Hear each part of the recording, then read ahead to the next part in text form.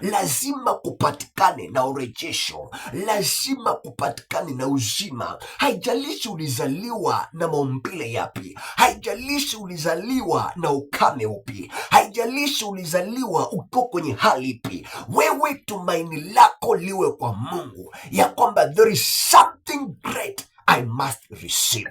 There is something great I must partake.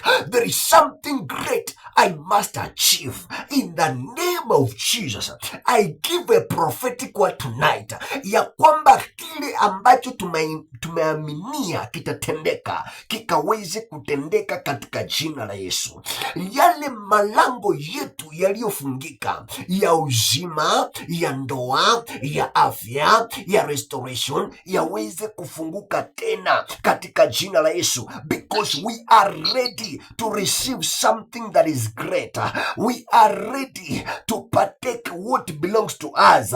Kile ambacho kilinyakuliwa, kile ambacho kilichukuliwa, kile ambacho kilifichwa, kile ambacho kilifungwa na kikaweza kuwekwa kwenye kona, lazima tutaingia na mishale ya moto, lazima tutaingia kule tuvuruge na tuweze kuchukua kilicho chetu. Lazima tuingie na nguvu, lazima tuingie na fujo, because God has given us power and authority, na tunaweza ingia mahali popote pale, tukatoa ile nyungu walioweka, tukatoa ile mzekobe walioweka, tukatoa ile nyoka walioweka, tukatoa ile chura walioweka, na tukatangaza kwamba hii nyoka lazima ishike moto na itoweke katika jina la Yesu, na isirudi kwenye familia wala boma, na isifunge wasichana wasioleke, na isifunge wanaume wasiue katika jina la Yesu Kristo.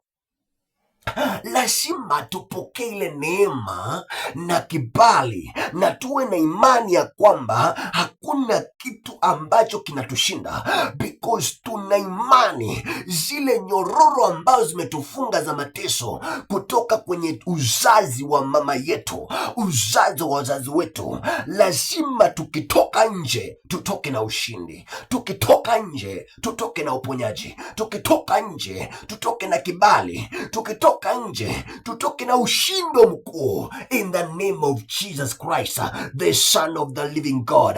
Leprakadesa bakadova kade